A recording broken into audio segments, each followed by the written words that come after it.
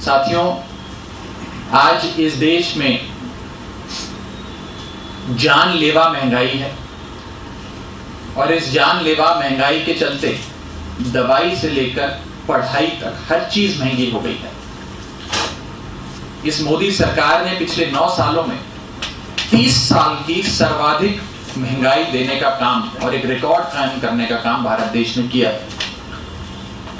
और मुझे बताते हुए बहुत चिंता और बहुत दुख होता है कि इस देश में एक अनकंट्रोल्ड इन्फ्लेशन यानी कि अनियंत्रित महंगाई के चलते देश की जो एक आम थाली होती है, जिसमें दाल होती है, रोटी होती है, प्याज टमाटर होता है, पनीर होता है, वो एक आम थाली 24% महंगी हो गई है। 24% उसमें प्राइस राइज हुआ है। दूध, दही, चावल, आटा, दाल, चाय, कॉफी, इस पर तो अंग्रेजों ने भी कभी टैक्स नहीं लगाया, जो आज की प्रचंड बहुमत की भाजपा सरकार लगाए जा रही है। और इस दौर में, इस घटती कमाई और बढ़ती महंगाई के दौर में जनता को अब आधार कार्ड की नहीं, उधार कार्ड की आवश्यकता पड़ गई है। साथियों, पिछले 9 सालों में मोदी सरकार ने टैक्स लगा लगाकर और पदार्थों को इतना महंगा कर दिया कि आज जब महीने के अंत में एक आम आदमी अपनी जेब में हाथ डालता है ये देखने के लिए कि कुछ 2-4 पैसे भी बचे कि नहीं बचे, तो उसे बहुत निराशा होती है, बहुत दुख होता है।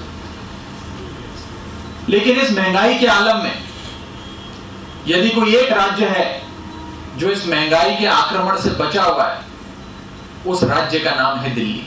और ये मैं नहीं कह रहा, एक रिपोर्ट जो भारत सरकार की ministry of statistics and programme implementation ने जारी करी है, वो ये बताता है कि राष्ट्रीय स्तर पे औसत महंगाई 6.83% है, यानी कि 6.83%।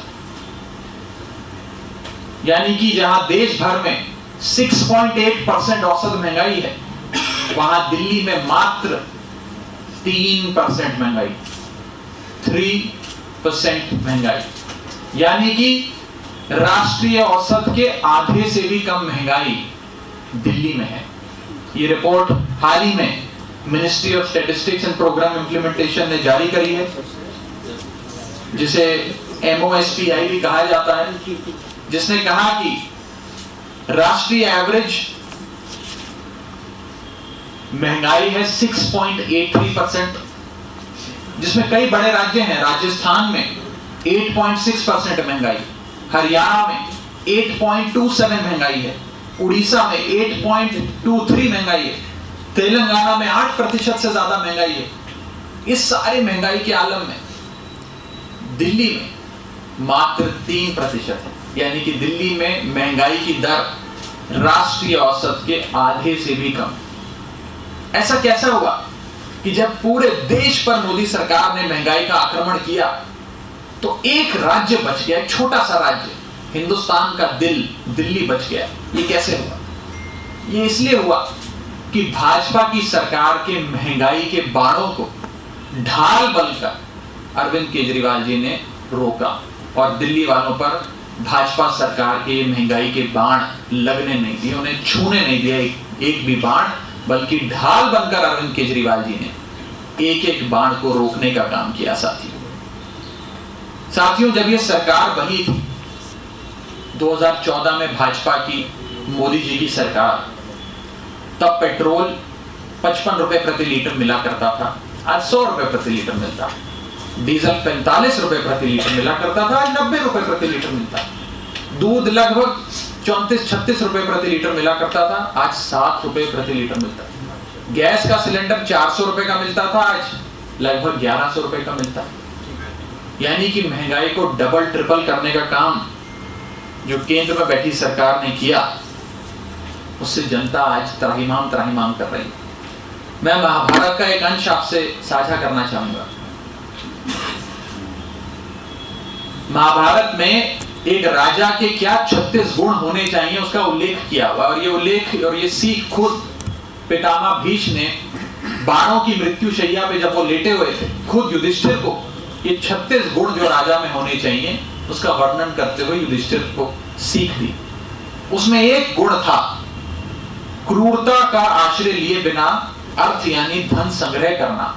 यानी कि राजा को किसी प्रकार की क्रूरता को नहीं, यानी कि खूब टैक्स लगाकर महंगाई कर कर जनता से पैसे वसूल नहीं करने चाहिए। अगर वो करेगा तो वो राजधर्म का पालन नहीं कर रहा राजा।